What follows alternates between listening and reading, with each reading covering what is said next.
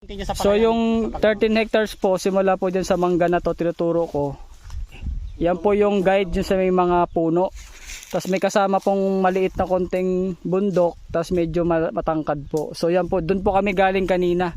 So ito po yung 13 hectares, ito po yung road niya.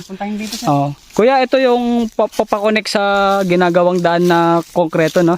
Okay, papuntang excuse. Bakule. Oh, so yung property magsimula po rito. Ngayon, pag tinignan po natin dito, ayan. Yung may mga simula po sa puno-puno na yan, magsisimula po dyan. Tapos may maliit na bundok po dyan. Maliit lang po yan. Siguro mga taas niya nasa ano lang, 100 meters lang yung taas niya. So yan po, may mga fruit bearing trees, may mangga, saging, kung ano-ano po. Tapos yung property doon pa. So ito po yung daan. Yan, si Sir Chris. Sabihin mo sir, ano, Ayan. yung may daanan doon na nakaano kasi, Oo. kung dito sa loob, kaya naman yung 4x4. Oo, kaya na kasi may owner din kanina eh. Pero yung mga ano, hindi pa kaya kasi yung daanan doon na ano, Oo. parang putol ka mo. Hindi naman putol talaga, palubog. Oh, ito pabundok na Hindi to. kaya ng mga bios. Oo. Ito na ba yung lupa mismo? Oh, ito na mismo. Andito na tayo sa lupa. Agad. So yung 13 hectares po, simula po dyan sa mangga na to, tinuturo ko.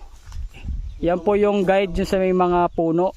Tapos may kasama pong maliit na konting bundok, tapos medyo matangkad po. So yan po, dun po kami galing kanina. Ito po yung right of way na for develop na kokonekta to sa main road. So yan po, may view kayo dyan. Hindi ganun kataas yung bundok. May mga fruit bearing trees, may mango, may saging, kung ano-ano po. Ayan po siya. So maganda po siya kasi overlooking. Pag may nagtayo po kayo doon, makita nyo po yung pinaka ano, tas doon pa. Kasi si Sir Chris. Ito po yung daan, no? Siguro mga 4 meters wide po ito, malapad. De-develop pa po ito, papunta doon. Kasi ito, palabas po ito ng bayan. So yun po. Ito po yung isa sa mga ano, access road. Malapad po siya. Ayan, papunta po doon sa property. So for development na rin siya. Ito po isa sa mga papuntang main road. Ayan po, may owner po dyan. So kasya naman. Maluwag po yung daan. Ayan po. Doon po yung property. Ayan.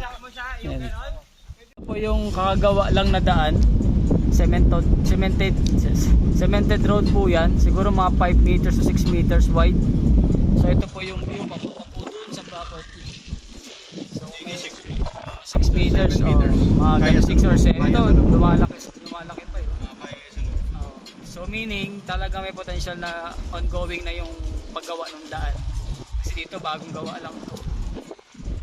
Ayan po yung view daw. Ito yung maganda oh, para kang nasa ano, sanctuary. Para kang nasa sanctuary. Wala po dito, siguro mga 1 minute drive lang nandun sa property.